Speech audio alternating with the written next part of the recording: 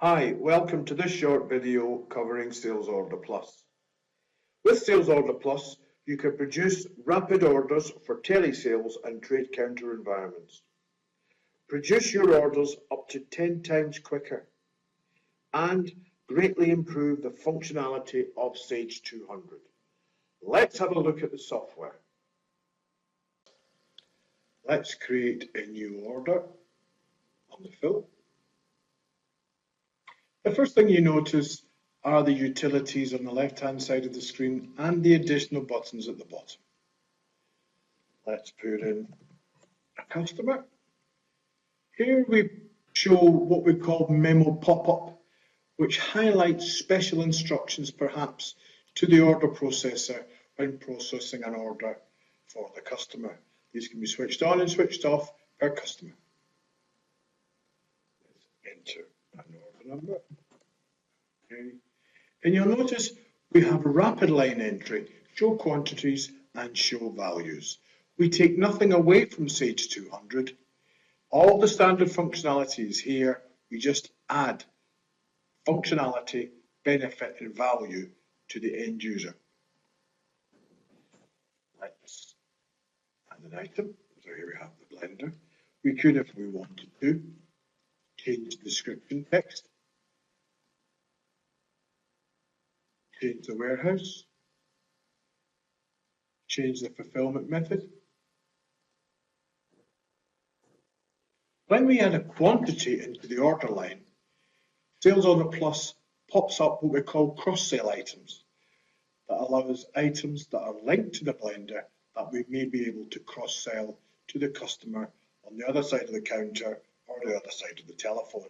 Let's add two to the order. Looking at the left-hand side, we have all these utilities, and we'll look at a few of them. We can search for our customer addresses and select accordingly. We can also go into the Delivery and Invoicing tab and use the integration that Sales Order Plus has with Zap code and type in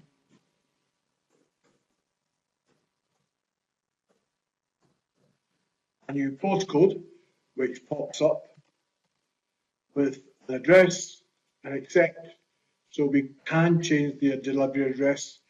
Obviously, the user has to have an annual subscription with Zap code to have access to the postcode database.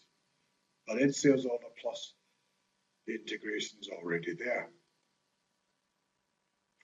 We can also view an account inquiry within here, view information for the client, useful information that we can access while speaking to the client.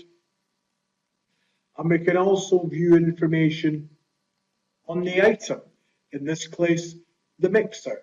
So we can view information on the mixer and see any specific information that we want to see, perhaps locations of stock, quantities in stock, and so on.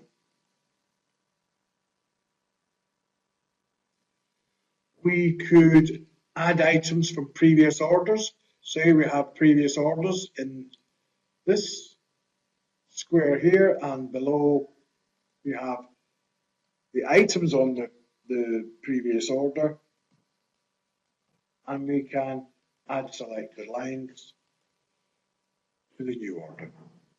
Or we can look historically from a date into a date, break it down by product group, add selected lines to the order, change our warehouse if appropriate, change the quantity if appropriate, and add those lines to the order.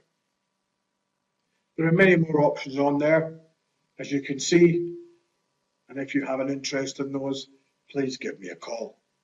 You'll notice at the bottom of the screen we have the standard Sage Save and Generate purchase order, which is a rather rigid way of doing a back-to-back order.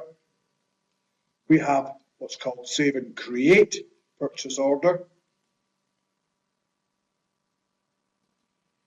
There's a sales order reference, and here is the possible purchase orders We could take items off our purchase orders, change the quantities of the items that we're going to order, change the supplier details if we wish, change the cost, change the delivery,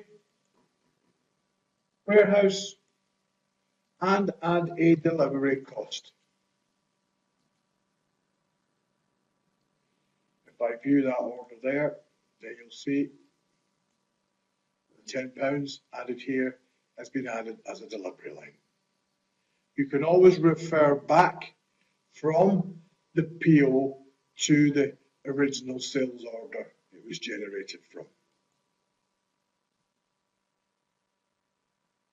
Thank you.